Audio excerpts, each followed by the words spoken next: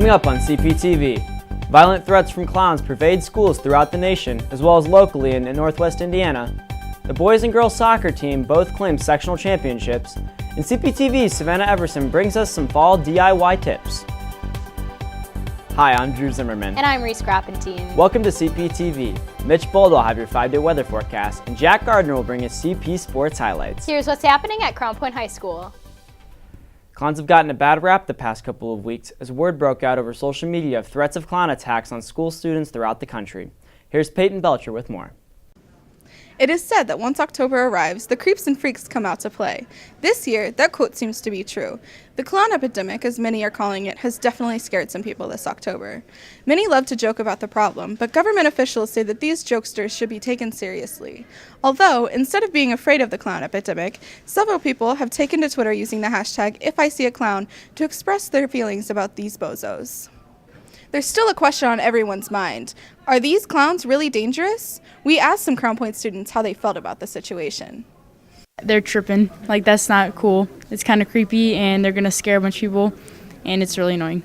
Sad that I'm more mature than some people. Running around scaring people is pretty goofy and weird. It's not, it's dangerous. So they need to stop. For CPTV, I'm Peyton Belcher. 1 week from today, on October 19th, all 9th, 10th, and 11th grade students will take the PSAT test in their resource classroom. The National Merit Scholars Corporation uses 11th grade PSAT scores to determine National Merit Scholarship Awards and designate National Merit Scholar semifinalists. While most students will take the test with pencil and paper, roughly half of the freshman class were randomly selected as part of a pilot study to take the PSAT on computer. Those freshmen were notified by letter last week. During this time, seniors will meet in the cafeteria at the start of school, participate in a media presentation in the auditorium, and then head to the field house to take their senior class panoramic. Seniors will then be dismissed and released to the resource period or A-lunch at 11:40 a.m. Students, faculty, and staff looking to retake their school pictures can retake them tomorrow, October 13th in the SGI from 7 a.m. to 3:30 p.m. This is your last chance to retake school pictures. The leaves are falling, temperatures are cooling off, and Halloween is quickly approaching. Many of us enjoy taking part in activities such as making candy apples and carving pumpkins. Need some inspiration on what to do this fall break? Savannah Everson is here to demonstrate some fall DIYs. I'm Savannah, and today I have for you guys just a few fall DIYs to get you into the fall spirit. Let's get started.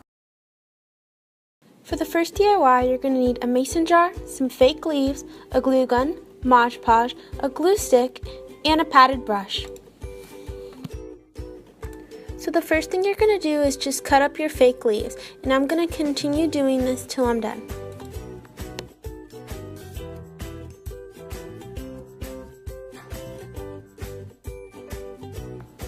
Now that all my fake leaves are cut, I'm going to begin gluing them to the mason jar until they cover the whole jar. Next, I'm going to Mod Podge the whole jar just to give it a better coverage. And this is the finished mason jar, and I just added a ribbon for a little something extra. For my second DIY, I decided to do some cute little candle sweaters. For this DIY, you're going to need an old sock, a candle pillar, a glue gun, and buttons or bows, which are optional. Next, I'm going to begin to cut the sock until it is in half and it has an opening on the end. Pull the sock over the candle and adjust as needed.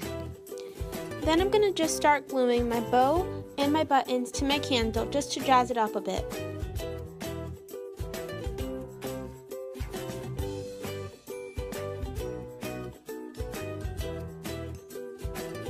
And this is the finished product. For my last DIY, I decided to do some pumpkin spice donut holes. These are the dry ingredients that you'll need for your pumpkin spice donut holes. Add in a 1/3 cup of flour, 1/2 teaspoon of pumpkin pie spice, 3/4 teaspoon of cinnamon, 1/2 teaspoon of nutmeg, 2 teaspoons of baking powder, and 1/2 teaspoon of salt, and then just mix it all together. These are the wet ingredients that you'll need for your pumpkin spice donut holes. In a separate bowl, add in a 1/2 cup of vegetable oil, 1 egg, a 1/2 cup of milk, 1/2 teaspoon of vanilla, 1/2 cup of brown sugar, and a 1/2 can of pumpkin.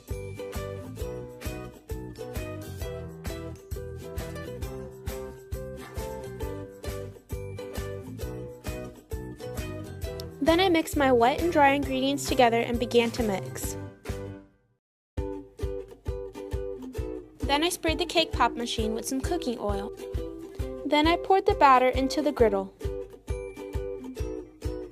When those are ready, just put them into an empty plate.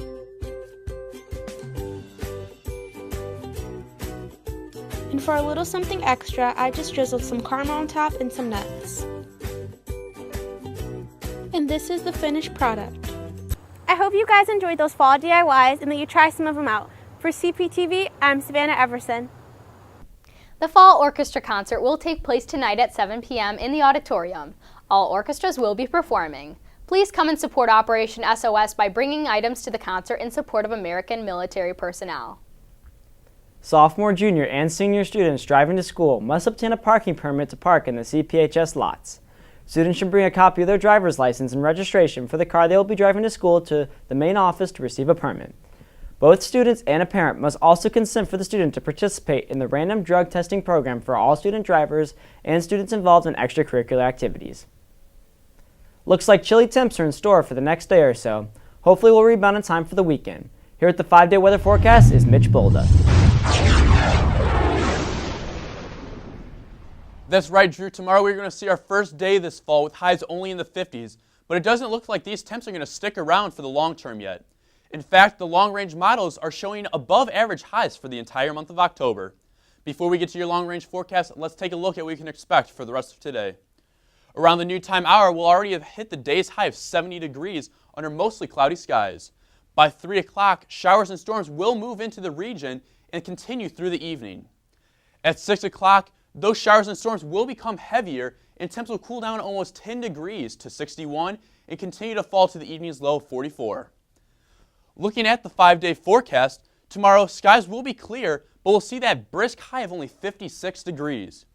Friday, for your first day of fall break, will warm up into the lower 60s and we'll see another sunny day. Looking at the weekend, Saturday, expect to see temps around 73 degrees with mostly sunny skies. Sunday, showers and storms will make their way back into the forecast, but we will see temps in the lower 70s.